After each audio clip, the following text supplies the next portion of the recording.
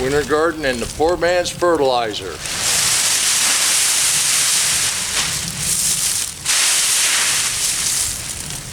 You know, today's the last day of fall. Tomorrow is the shortest day of the year. It's going to be the happiest day and the saddest day of the year. But right now, let's talk about the poor man's fertilizer in your winter garden.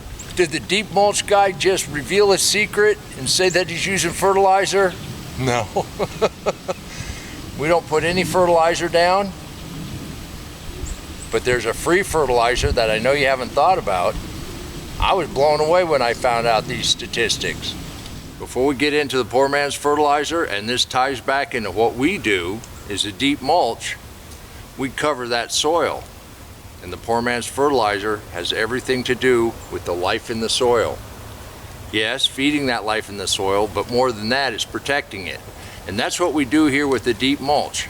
By putting a layer of leaves or wood chips or grass clippings or hay or straw or any other organic material on top, we're insulating that ground. We're keeping that life in the soil fed, and that life in the soil is what feeds your plants. It's not only the last day of fall today, it's Saturday, and you know what that means.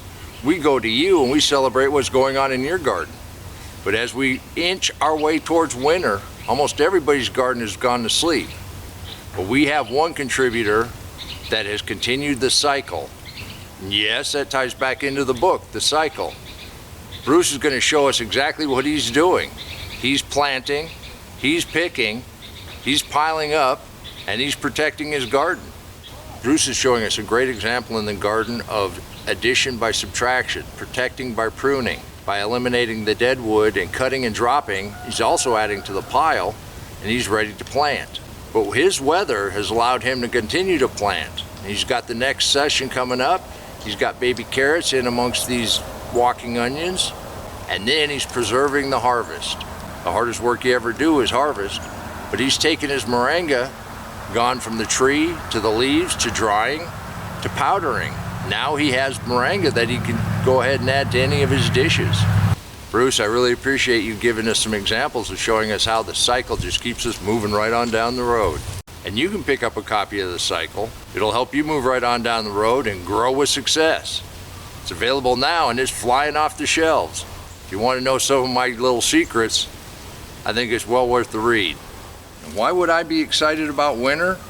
Oh, got a couple reasons. One, the days are getting longer. We're going to be able to plant soon. I've cleared out this raised bed, and here over Christmas I think we're going to go ahead and plant several things. That way we'll have a nice harvest when it really warms up. But there's a couple other things. I know you get snow. Oh, that's the secret. Did you know that a decent snowfall can produce almost 2 pounds of nitrogen for your garden? I know, I couldn't believe it either. Think about the structure of a snowflake. That beautiful crystal. Remember when you were kids and you used to catch them and you look at them before they melt? That crystal, that's scrubbing nitrates and ammoniums out of the atmosphere as it falls. It just captures it. And then as it lands on the ground, you get a couple benefits.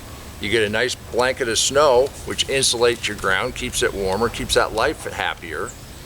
Obviously the life in the ground, when it freezes, it does stop. But as soon as it gets above freezing, it continues back.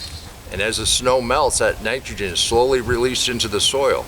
Those critters eat that nitrogen, bigger critters eat them, and then it's plant available as soon as you're ready to put plants in the ground. It's a cool little system, and a regular decent snowfall can produce 2 to 5 pounds per acre of nitrogen that is free, the poor man's fertilizer.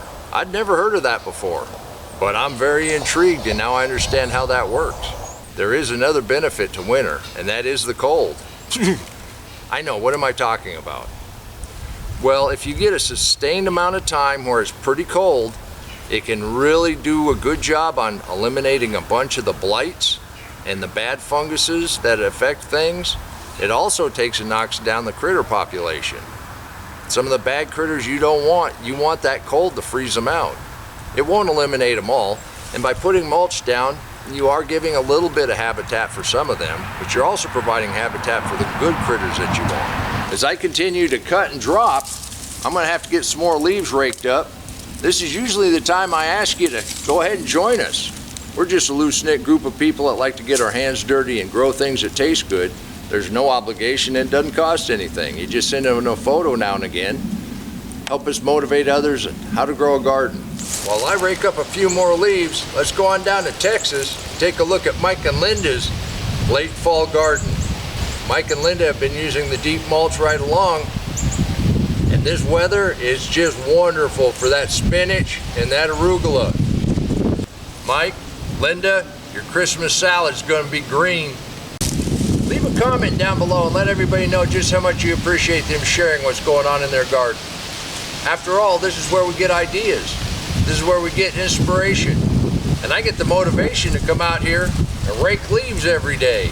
And I realize most gardens are asleep right now, but it would be nice to see your mulch layer or a nice snow cover. And now that I know about the snow, all I can say is let it snow.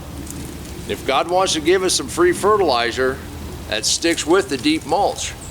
We don't have to buy any fertilizer. We just keep a nice blanket of snow or mulch over your ground in the winter, keep that life in the soil happy, and be ready to grow in the spring. You can do this too. And until next time, remember, take care of yourself, take care of your family, and God bless you.